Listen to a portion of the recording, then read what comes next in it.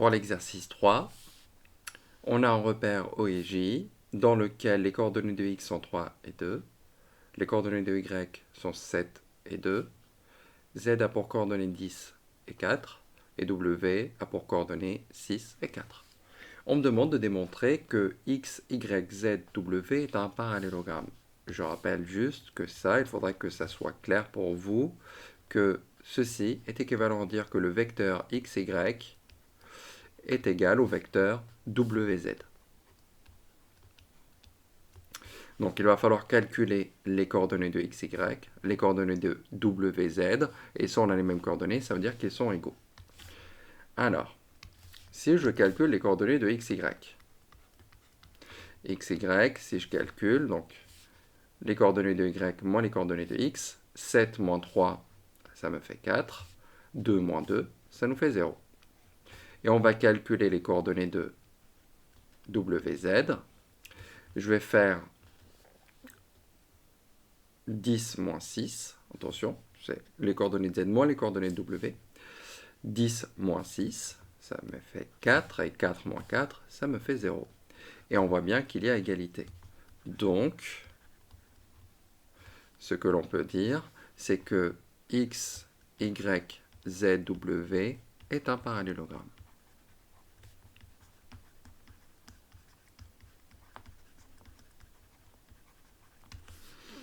Pour la question 2, je rappelle que dans un parallélogramme, les côtés opposés 2 à 2 sont de même longueur à chaque fois. Donc on va avoir la même longueur, la même longueur. Donc il me suffit de calculer deux longueurs. On va calculer la longueur xy. Je rappelle que la longueur xy, c'est la norme du vecteur xy. Comment on fait pour calculer ça? On va faire 4 au carré plus 0 au carré, je prends la racine carrée du tout. Donc ce qui me fait la racine carrée de 16, c'est-à-dire 4. Et voilà, donc xy égale 4, et je rappelle que xy a la même longueur que wz. zw, voilà. Donc là, x, y, zw. On voit bien que xy et zw ont la même longueur. Par contre, là, ce qu'on va calculer, c'est wx ou zy. Donc là, je vais chercher les coordonnées de zy, par exemple. zy, donc là, on va calculer la longueur zy. zy, c'est la norme du vecteur zy. La longueur du segment zy, c'est la norme du vecteur zy. Donc pour ça, je vais faire 10 moins 7, ça au carré, plus 4 moins 2, tout ça au carré. Et je prends la racine carrée du tout. 3 au carré, 2 au carré. Donc 3 au carré, ça me fait 9, 2 au carré, ça me fait 4, 9 plus 4, ça fait racine de 13. D'accord? Donc là, je ne peux pas la simplifier. Et je rappelle que zy, c'est la même chose que wx. Et voilà, j'ai calculé les longueurs. J'ai 4 et racine de 13. Petit 3, calculer les coordonnées de son centre. Je rappelle que pour un parallélogramme, les diagonales se coupent dans leur milieu.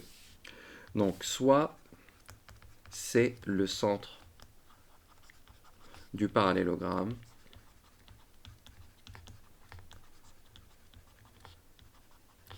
x, y, z, w. Si c'est le centre, alors C est le milieu du segment XZ ou WY.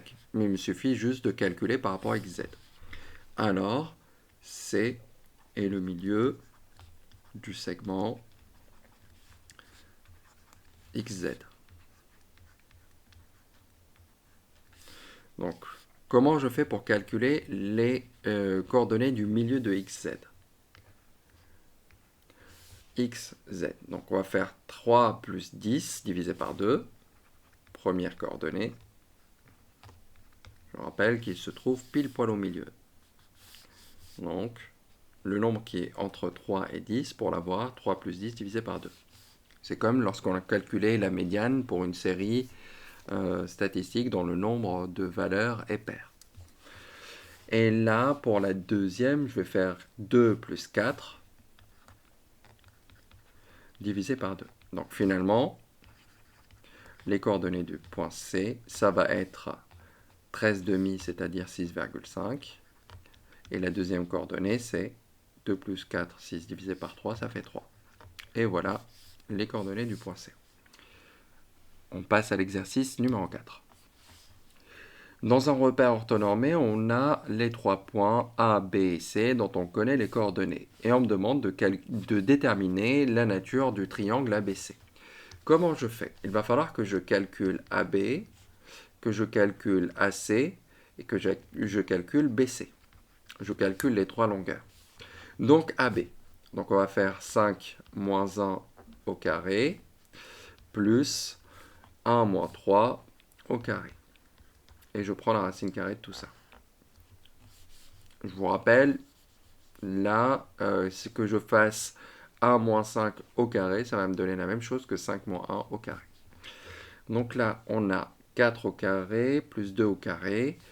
Donc 4 au carré, 16, plus 4. Donc là, ça va faire racine carrée de 20. Donc je sais que 20 c'est 4 fois 5, c'est-à-dire 2 racines carrées de 5. La calculatrice va vous donner cette valeur-là. Parce qu'on simplifie. 4 fois 5, et la racine de 4 c'est 2. La racine de 5, je ne peux pas l'écrire autrement. Pour AC. Donc AC, si je veux calculer sa longueur, donc on va faire 1 moins 1, le taux au carré, auquel je rajoute moins 2, moins 3, moins 2, moins 3, le taux au carré. Donc ça me fait 0 au carré plus 5 moins 5 au carré, donc ça me fait 25, la racine carrée de 25, donc, et ça me fait 5. Et pour la dernière, BC, si je veux calculer la longueur BC, donc on va faire 1 moins 5, ça au carré, plus moins 2 moins 1. Moins 2 moins 1 au carré, et je prends la racine carrée du tout. On n'oublie pas de prendre la racine carrée. Donc là, ça me fait 16, plus donc 9, et là, ça me fait racine carrée de 25, et ça me fait 5. Donc, on remarque que AC et BC sont égales. Les valeurs de AC et BC sont égales. On a AC qui est égal à BC, donc le triangle, alors le triangle ABC est isocèle en, là on a l'égalité, donc ça sera en C. Et voilà. On va passer à l'exercice 5. Pour l'exercice 5, dans un repère orthonormé OIJ, on a 3 points X, Y, Z dont on connaît les coordonnées. Dans le premier, on me demande de déterminer les coordonnées du centre de rayon dont le diamètre est XY. Si XY est le diamètre du cercle, donc là, XY c'est le diamètre du cercle, le centre, lui, va se trouver au milieu. Donc, le centre est le milieu du diamètre. Milieu du diamètre. Donc si j'appelle C ce centre, on appelle C ce point, et on a donc, qu'est-ce qu'on a? Le point C, pour avoir ses coordonnées, x, y, on va faire 3 plus moins 1, donc 3 moins 1, j'additionne les deux, divisé par 2. Et 1 moins 1 divisé par 2. C'est-à-dire là, 2 divisé par 2, ça fait 1. Et 0 divisé par 2, ça fait 0. Et voilà, on a trouvé les coordonnées du point C, qui est le centre du cercle, dont le diamètre est XY. Montrer que XYZ est rectangle en Z. Pour ça, il va falloir calculer les longueurs XY, YZ et XZ et vérifier qu'on a bien l'égalité de Pythagore. On y va, donc là, XY, si je veux avoir cette longueur, il va falloir que je prenne la norme du vecteur xy. Juste un rappel. Alors, donc là, xy, je vais faire 3 moins 1, donc 3 plus 1 au carré, plus 1 moins 1, c'est-à-dire 1 plus 1, le tout au carré, et je prends la racine carrée du tout. Donc là, on a 4 au carré, plus 2 au carré, 16 plus 4, ça fait racine de 20. Donc finalement, on a racine de 20. Je laisse comme ça pour l'instant. Alors, on peut simplifier, mais par moment, quand on doit démontrer que c'est un triangle rectangle, c'est plus facile d'élever ça au carré. Parce que si j'élève ça au carré, je sais que c'est égal à 20 tout de suite. Donc on va calculer YZ. YZ.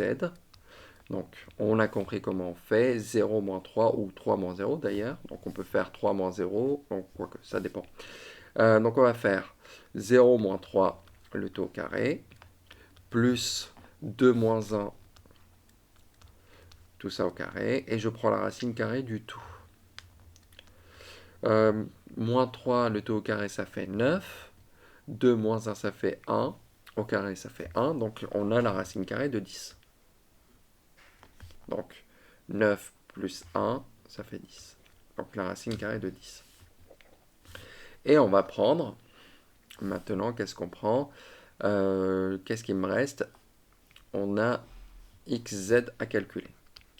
Xz, si je veux calculer cette longueur, 0 moins 1, donc 0 plus 1 au carré, auquel je rajoute 2 moins 1, c'est-à-dire 2 plus 1, tout ça au carré. Donc ça me fait le carré de 1 et le carré de 3. Donc 1 plus 9, ça fait 10. On a la racine carrée de 10. D'ailleurs, on remarque aussi qu'il est isocèle. Mais pas que. Pourquoi? Parce que donc, on me demande de démontrer qu'il est rectangle en Z. Donc là, je vais dire donc yz au carré plus xz au carré. Hop, je reviens. Donc yz au carré plus xz au carré. Ben, en fait, ça fait 10 plus 10. Ça fait 20. D'accord? Et quand je prends xy au carré, c'est 20. Donc ces deux choses, on a xy au carré, c'est égal à xz au carré plus zy au carré. On voit bien qu'ici, on a l'égalité de Pythagore. Si on a l'égalité de Pythagore, je peux dire que d'après la réciproque du théorème de Pythagore, le triangle est bien un rectangle en Z. Donc là, d'après la réciproque, c'est pour dire oui, la réciproque du théorème. Vous l'avez peut-être oublié, mais on le rappelle. Théorème de Pythagore. On a x, y, z, un triangle rectangle. D'ailleurs, je peux rajouter qu'il est isocèle. Oui, un triangle rectangle peut être isocèle. Isocèle rectangle en Z.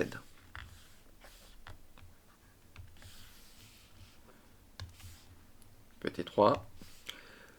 Qu'est-ce qu'on peut dire par rapport au point Z, par rapport au cercle de diamètre XY? Je rappelle, normalement, on a vu que si on a un triangle rectangle, si il est X, Y, Z est rectangle en Z, le point Z appartient au cercle de diamètre XY. Donc là, X, Y, Z est rectangle en Z, alors Z appartient au cercle